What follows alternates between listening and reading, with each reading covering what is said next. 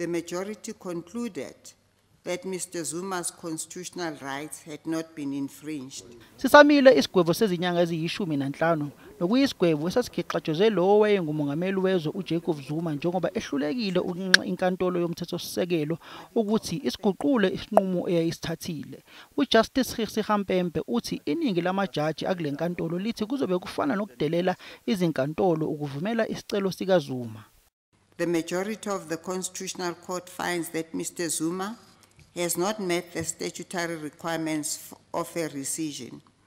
Rule 42 stipulates that a court may rescind or vary an order or judgment erroneously sought or erroneously granted in the absence of any party affected thereby. Inkantolo yomthethosisekelo iphinde yathi uZuma wehlulekile ukubeka izizathu zokungafuni ukuya ekhomishonini kaZondo kanye nomyalelo owakhishwa yiyona lenkantolo enkulukazi kunazo zonke kulelizwe. Elected absence, like that of Mr. Zuma, constitute more than litigious skullduggery, which does not have the effect of turning a competently granted order into one erroneously granted. It is quite simply not for these sorts of circumstances that the law of rescission caters. Mr. Zuma's purported absence is not the only respect in which his application fails to meet the requirements of Rule 42, subsection 1A. The majority finds that he has also failed to demonstrate why the order was erroneously granted. UJustice Kgampempe uthi inkantolo yomthethosisekelo ithi angeke enhlobo isayingena indaba kaZuma ngoba wehluleka ukuzozivikela enikiwe ithuba.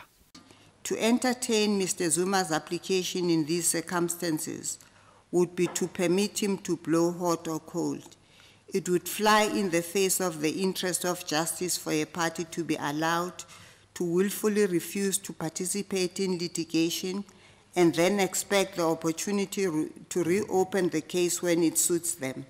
It is simply not in the interest of justice to tolerate this manner of litigious vacillation.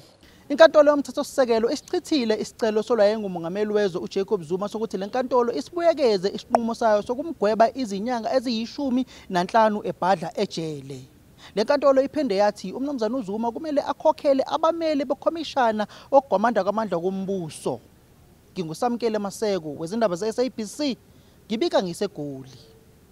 As Justice Kgampempe said, that there is nothing new. Instead, all what he did, he created this chaos for himself. Again, on common law grounds, there is no good cause, because all what he wanted to say, he ought to have said it in the contempt proceedings, of which he elected not to. So he cannot just bring them now and try to resuscitate a case that he ought to have made in the contempt proceedings. It had to be expected. I mean, we didn't expect real justice coming out of this. Already to have delayed this thing for almost 3 months was already on its own a miscarriage of justice. So just from that alone. And it's very clear that the Constitutional Court considers its own dignity more important than the rights of the people enshrined in the Constitution. So what we saw today was a judgment between two things: the rights of people enshrined in the Constitution versus what one could consider the dignity of the court. They are bringing this country into disrepute, and they are the ones that should be blamed. You ask the question as to where do you report judges? They must be reported to us as individuals, as South Africans. We will fight against them and we must remove them, because clearly they are not there to be objective. They are there to lie.